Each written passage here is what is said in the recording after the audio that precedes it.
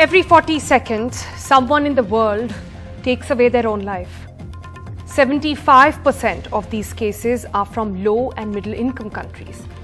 In fact, approximately 1.3% deaths in 2019 were due to suicide. However, suicide is often preventable if timely help is sought. 10th of September is observed as World Suicide Prevention Day, and this is a day which is dedicated to raising awareness of suicide and to promote prevention measures as well, with an aim to reduce suicides globally. Pandemic, of course, has had its impact on these numbers going up as well, something which we truly do not understand in terms of absolute numbers just yet. The theme for this year's suicide prevention is creating hope through action. And that's exactly is the focus on FYI today as well. Welcome, I'm Sonal Mehrotra Kapoor. Let's start with our explainer. Well, WHO has gone ahead to say that India has the highest suicide rate in Southeast Asia. 2019, the average of 381 suicide cases reported daily, and also the suicide rate increased by 3.4% as compared to 2018. 50% of these cases were from these 5 states: Maharashtra, Tamil Nadu, West Bengal, MP and even Karnataka. For every 100 suicide deaths, 70.2 were male and 29.8 were female.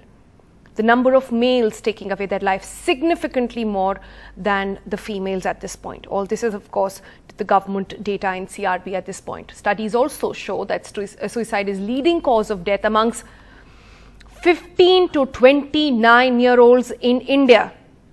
15 to 29.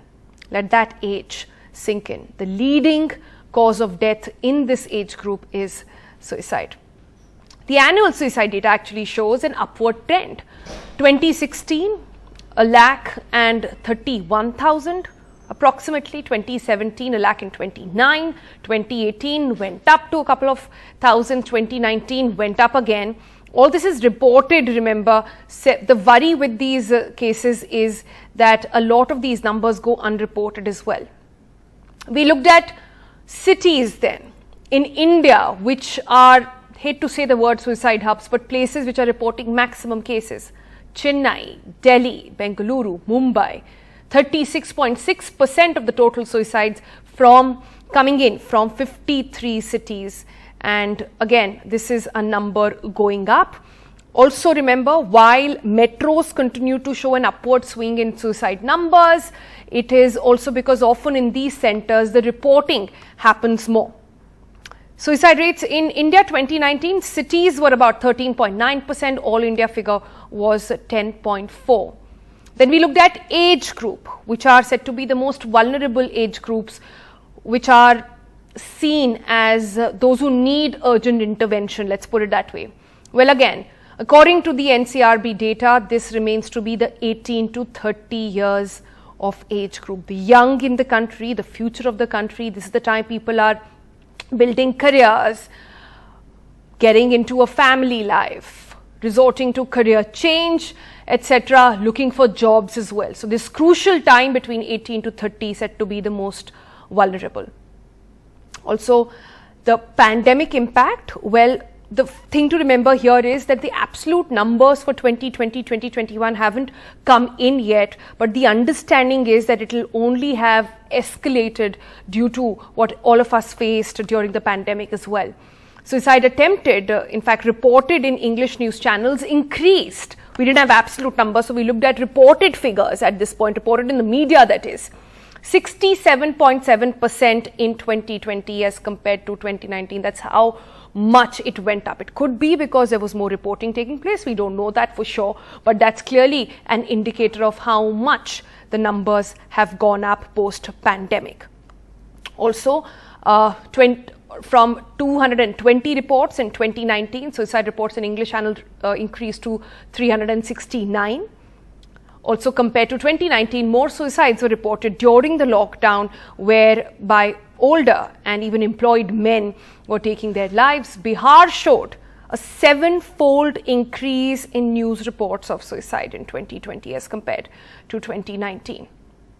All this is the data, like we said, not absolute numbers, but the reports that are coming in. Major causes of suicide. We try to look at that and understand what are the trigger points here, and look at that chart over there. Family problems contribute to about 32.4%.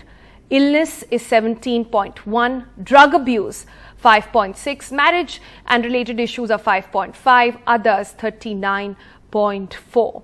What we don't have here is a breakup of job-related issues, etc., which again is something that is not available as a separate subhead when it comes to the NCRB data. All right, so on the program today, we have got for you some warning signals. If you know somebody in your house, in your friend circle, family circle, who is showing these following signs, please be aware that they do need urgent intervention. What should really tick you off then? Talking or researching about how to hurt oneself. Withdrawing from social contact, mood swings, for example.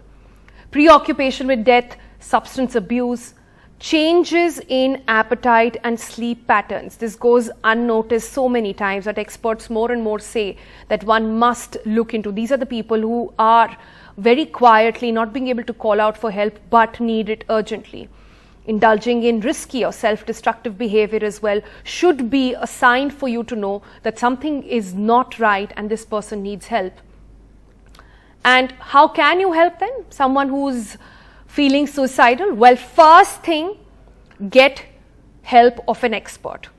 We are also, as we bring you this broadcast, getting out constant numbers that you can also reach out to.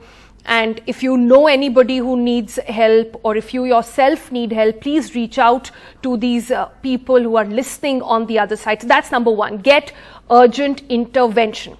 You see those numbers of various foundations who are helping in this, and you can easily contact them as well. Their phone lines are open. These numbers, just to give you a perspective of people who are willing to listen to you, willing to get help to you, has only increased in the pandemic. So there are more people listening in right now. After you have got them in touch with an expert, with somebody who actually knows clinically what is to be done over here, all you can do as family, as friends, as neighbors is just listen. Listen them out, let them pour their heart out, extend concern in a timely manner, don't brush off their problems. Don't say, oh, this is nothing, your don't belittle their issues or problems. That also is advised by experts. Know that what is simple for you is hard for them. Try and sensitize yourself to the problems they might be facing, empathize with them as well, let them know that you're there, and then also encourage them mostly to get help from a professional.